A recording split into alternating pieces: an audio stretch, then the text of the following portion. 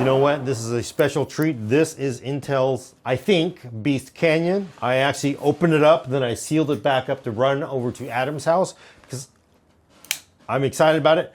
Let's open it up. This is the tape I put on it, but this is shipped from Intel. This is the review unit being sent to reviewers. It's a fully built PC. It is not, however, totally going to be what you're going to see as a consumer, but they like doing these things up really nice. Look at the box here. How do we even get this? Good Lord. Mother of God. Oh, the box is lovely. Look at this. So yeah, clearly it's not going to come in a wood box. But look at this. This is a wood box. What? Uncle Marcellus likes maple. And you have the Core i9 NUC in plastic. Yeah, so this is likely not going to be, and also you probably can't see it says engineered to win. Yep. Intel really loves doing up its NUC high-end ones, and look at this. You have the classic skull. This is Beast Canyon. Old timers will remember these used to be on Intel motherboards. If anybody remembers those, of course, people don't remember those Intel motherboards, but they had the skull with LEDs for eyes. Awesome stuff. But let's open this up. Oh, wait a minute. Whoa. Is that on wheels? It is on rails. In a John Wick movie, there would be an MP5 here probably, but okay. So let's pull this out. So this is Beast Canyon. This is probably just a power cable. We're going to find out. But yes, so obviously this packaging is not what you're going to get at retail. Yes, standard power. Oh. Oops. USB. USB key. I'm not sure. Maybe restore image. But look at this box. Yeah, this is not normal. This will not be a normal box that you get. But it's beautiful. There's actually rails. Huh. Look at that. All right. You can put your collection of Full nerd merch in here. So, let's plug it in, because I want to see it light up. We, of course, saw Ryan Shroud of Intel with this, showing it off, and I think it has the logo in front. Power button, right? Okay, oh, nice. So I'm going to talk about what's inside of this. I do know that this particular one has the Core i9 11900KB. Yeah, I know you're confused because everybody reviewed the Core i9 11900K. That was Rocket Lake. This is not Rocket Lake, despite it being called Core i9 11900KB. It is basically a Tiger Lake HBGA soldered into the unit. But look at that. Does it do anything else? Very nice. Now, see, now that's tasteful RGB for someone.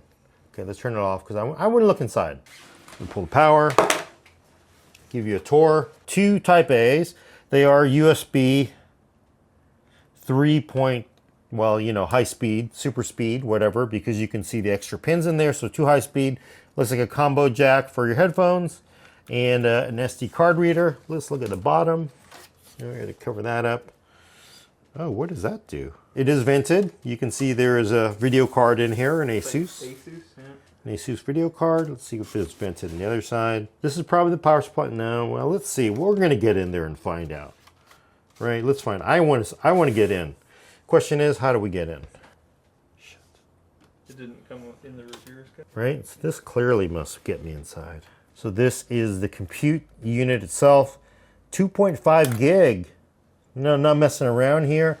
You also get all these super speed ports, as you can see, because they're blue and they have the extra pins, HDMI, 2 Thunderbolt ports, and I'm guessing these cover Wi-Fi connectors, which there is none. This board does not have Wi-Fi, interestingly. Or maybe it's internal. Actually, it does have, I know it has Wi-Fi. This one actually has Wi-Fi 6E. There we go. I don't want to break something.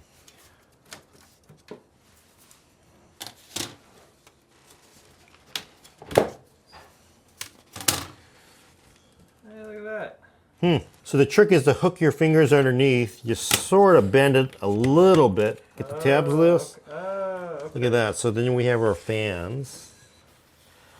That's for your airflow. And again, you can see right here.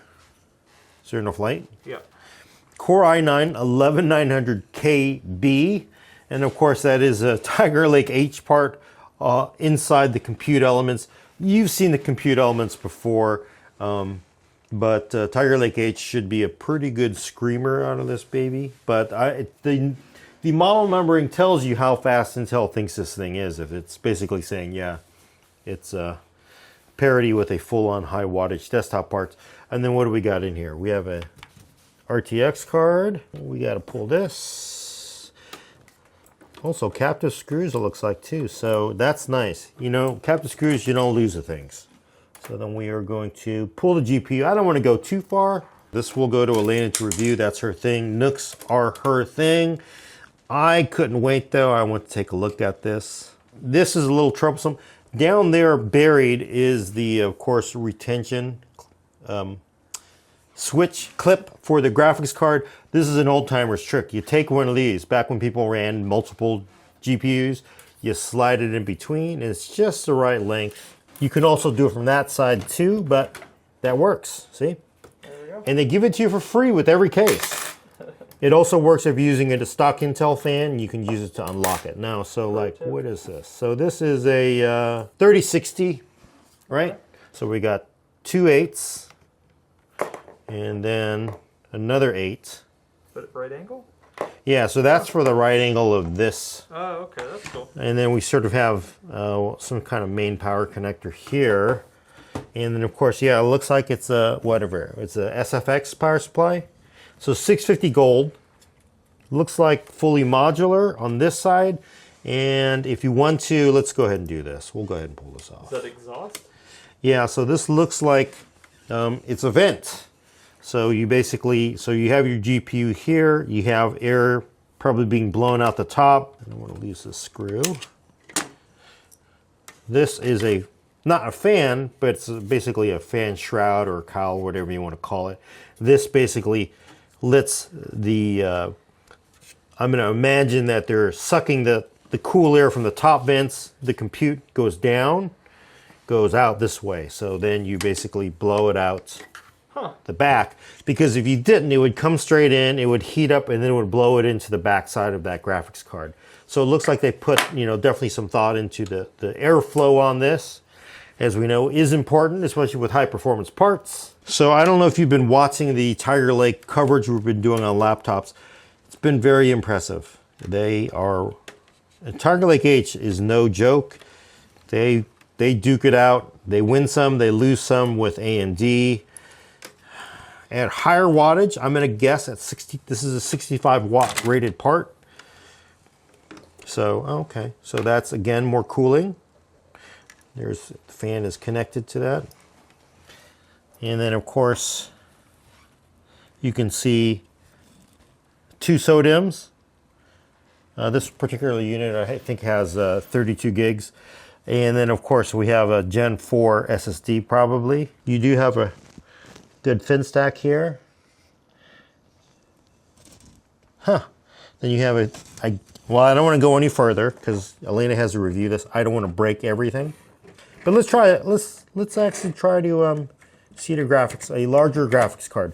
Intel claims this unit will fit a 12-inch card. I suspect they're telling the truth. Again, captive, nice. You're not going to lose these screws. And the compute unit itself hasn't really changed since the original one, right? I don't think it has. I mean, it basically follows the previous design, but the big difference is 10 nanometer Tiger Lake H, which is no joke of a CPU. So then let's take this EVGA 1080 FTW card. Can we get this in here? How do we? No problem. I mean, it'll definitely clear.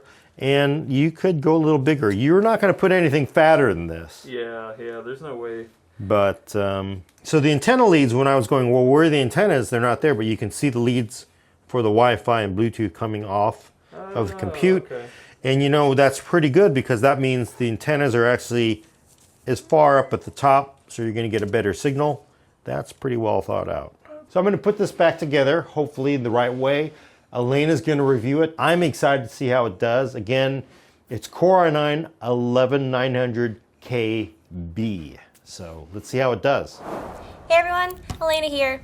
So I've had time with Beast Canyon, and I'm not actually going to get too deep into the benchmarks. For all the numbers and more nuance around them, hop on over to PCWorld.com to read my written review. What I will say is, in a nutshell, for this 11900 KB version of Beast Canyon, you're looking at CPU performance about on par with the Core i9 11980HK, its sibling in Intel's 11th gen mobile CPU lineup.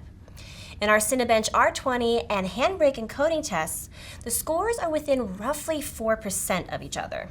As for gaming benchmarks, well, let me summarize it as this. Beast Canyon comes in at about what I'd expect for a top-of-the-line Core i9 mobile CPU paired with a desktop RTX 3060. Basically, it falls somewhere between gaming laptops and larger gaming PCs with similar specs.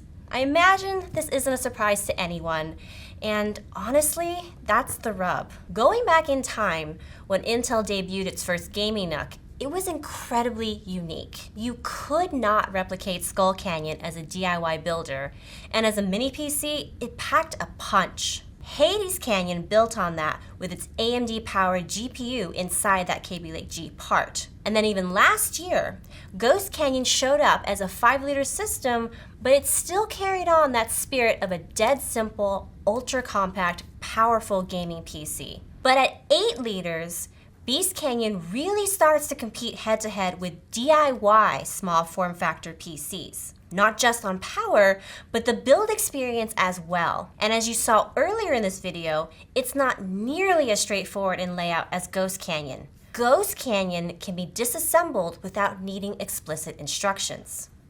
And yes, when I say needing explicit instructions, I may have tried to apply my experience with Ghost Canyon and standard PC cases to open up Beast Canyon and accidentally pulled off the top piece when I wasn't really supposed to. I highly recommend watching Intel's official teardown video if you buy this kit.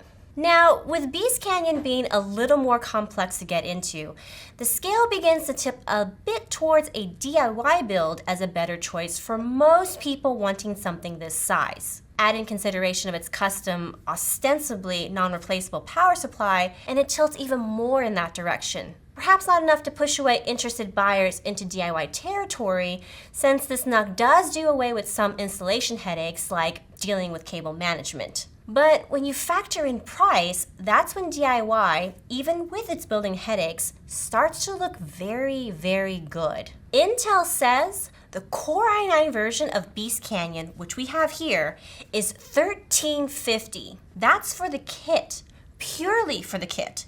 So you're only getting the compute element, the case, the power supply, and all the cabling set up for that price. You still have to buy your own storage, your own RAM, and a GPU. So our review unit, it rings up at almost $2,000 if you're able to get the graphics card at list price. A similar-ish DIY system with a full-socketed desktop CPU built into a 7-liter Dan A4 case, $1,500. And that's with a $250 case. Intel's trying to appeal to gamers and content creators who want no compromises, but you'll get a lot more bang for your buck elsewhere. Still, I would never say Beast Canyon shouldn't exist. People who use PCs span a very wide territory, and for those who want something this compact and theoretically easily upgradable, they can just buy a fully built-out system from places like Simply NUC and then deal with the swap of the GPU and or compute element later down the road. But I would question someone much more closely if they expressed an interest in Beast Canyon, unlike with its predecessors. This NUC will best fit someone who prioritizes a small footprint and ease of upgradability over everything. And honestly, they've got some money to burn too. So that does it for this video. If you found it helpful, hit that like button and also subscribe to the channel for more PC hardware coverage. Thanks so much for watching, and I'll catch you in the next one.